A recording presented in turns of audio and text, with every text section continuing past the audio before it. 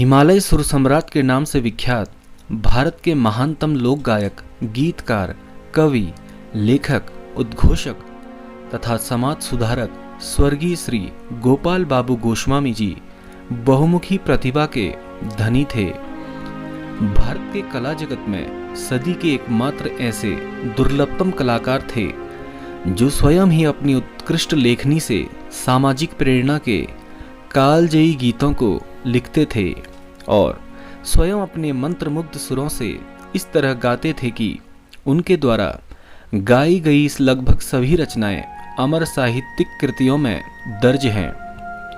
करीब 550 सदाबहार लोकगीतों की स्वयं रचना करके सूचना, शिक्षा और मनोरंजन को एक साथ समेटकर जीवंत लोकगीत बनाने की कला में उनके जैसा माहिर कलाकार शायद ही कोई दूसरा हुआ हो।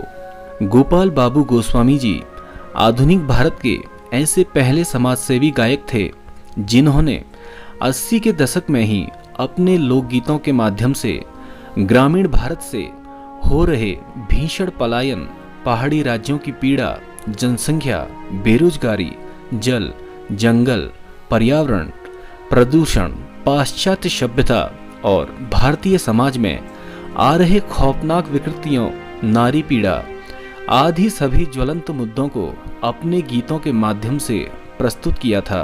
ऐसे प्रसिद्ध व्यक्तित्व गोपाल बाबू गोस्वामी आज हमारे बीच नहीं हैं, लेकिन उनके गीत हमें आज भी उनकी उपस्थिति का एहसास कराते हैं। गोपाल बाबू गोस्वामी जी की कला उत्तराखंड की महान धरोहर है। उनके द्वारा गाए गए गीतों में पहाड़ की लोक संस्कृति और उससे उभरी समस्याओं की असली लोकपीड़ा की अभिव्यक्ति भी दिखाई देती है। लोक गायक गोपाल बाबू गोस्वामी जी का जन्म 2 फरवरी 1941 को पिता मोहनगिरी व माता चनूली देवी के घर हुआ था। उनका जन्म स्थान अल्मोड़ा जनपद के चौखुटिया तहसील के ग्राम चांदी खेत में हुआ था। उनकी प्रारंभिक शिक्षा चौखुटिया में ही हुई थी। जब वह छोटे ही थे तो उनके पिता का देहावसान हो गया। पिता की मृत्यु के बाद वह काम की तलाश में गांव से दिल्ली आ गए और कई वर्षों तक नौकरी की तलाश करते रहे। पिताजी की मृत्यु के बाद परिवार की पूरी जिम्मेदारी गोस्वामी जी के कंधों पर आ गई थी। कोई मार्गदर्शक या देखभाल करने वाला न होने के कारण भी गोपाल बाबू गोस्वामी जी ने अपनी माताजी को जीवन यापन की कठिनाइयों से जूझते हुए और संघर्ष करते हुए अपनी आंखों से देखा था। इसलिए गोपाल बाबू गोस्वामी जी के गीतों में नारी संवेदना की मार्मिक अभिव्यक्ति बहुत सशक्त रूप से दिखाई देती है। बचपन से ही गीतकार बनने के जुनून में 12 साल की उम्र से ही गोपाल बाबू गोस्वामी जी गीत लिखने और गाने लगे थे। उन्होंने कई छोटे मोटे काम किए, लेकिन कोई स्थायी नौकरी नहीं मिली। गीत एवं नाट्य प्रभाग नैनीताल का एक दल चौखुटिया कार्यक्रम के सिलसिले में आया हुआ था, तो यहीं इस दल के कुछ सदस्यों का परिचय गोपाल बाबू गोस्वामी जी से हुआ और वह उनकी गायन प्रतिभा से बहुत प्रभावित हुए। सन 1971 में गोपाल बाबू गोस्वामी जी को गीत और नाटक प्रभाग नैनीताल द्वारा एक गायन कलाकार के रूप में चुन लिया गया। भारत सरकार के गीत और नाट्य प्रभाग में नियुक्ति के बाद गोपाल बाबू गोस्वामी जी को अपनी प्रतिभा दिखाने का एक अच्छा मंच मिल गया था।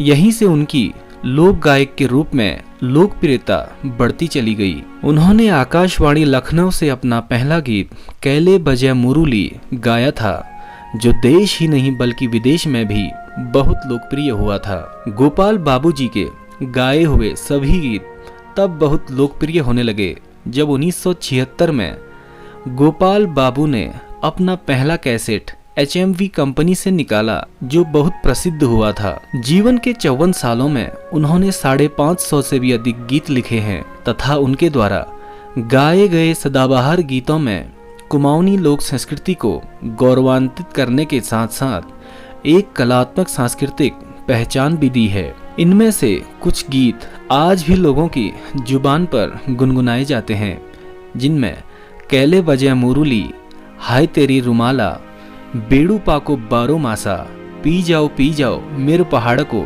ठंडो पानी, जय मैया दुर्गा भवानी आदि जैसे गीतों को लिखकर और अपने मधुर कंठ से गाकर उत्तराखंड को एक नई पहचान दिलाई। उत्तराखंड के प्रसिद्ध लोक गायक श्री नरेंद्र नेगी जी भी गोस्वामी जी के गीतों के बड़े दीवाने हैं। वह गोपाल जी के प्रसिद्ध गीत हिमालय को ऊंचा डाना, प्यारो मेरो गांव, छबिलो गढ़वाल मेरो, रंगीलो कुमाऊं को अक्सर गुनगुनाते रहते हैं। गोस्वामी जी का कंठ बहुत मधुर था। वे ऊंचे पिच के गीत गाने में भी विशेष माहिर थे। गोस्वामी जी ने कुछ कुमाऊनी तथा हिंदी पुस्तकें भी लिखी थी, जिनमें से मुख्य रूप से गीतमाला, दर्पण, राष्ट्र ज्योति, उत्तराखंड आदि उनकी पुस्तकें उल्लेखनीय हैं। उनकी एक पुस्तक उजाओ प्रकाशित नहीं हो पाई थी। उनके द्वारा गाए गए अधिकांश कुमाऊनी गीत उनके द्वारा स्वरचित थे। अपने जीवन के अंतिम पड़ाव में गोस्वामी जी को ब्रेन ट्यूमर हो गया था। अखिल भारतीय आयुर्विज्ञान संस्थान दिल्ली में ऑपरेशन करवाने के बाद भी वे स्वस्थ नहीं हो सके। 26 नवंबर 1996 को उनका असामयिक निधन हो गया था और हमने खो दिया एक लोक गायक, एक मधुर स्वर और एक उत्तराखंड की महान धरोहर। गोपाल बाबू गोस्वामी आज भले ही हमारे बीच नहीं रहे हैं, पर उनका मधुर स्वर कैले बजे मुरुली ओबेणा ऊंची नीची डानियों में, पहाड़ की गिरी कंदराओं में सदा गूंजता रहेगा। तो दोस्तों, गोपाल बाबू गोस्वामी जी के बारे में यह जानकारी आपको कैसी लगी, चैट सेक्शन में जरूर लिखिएगा और ऐसी ही अमेजिंग वीडियोस के लिए शेयर और सब्सक्राइब करें डिस्कवर देवभूमि चैनल को। मिलते हैं अगली वीडियो में।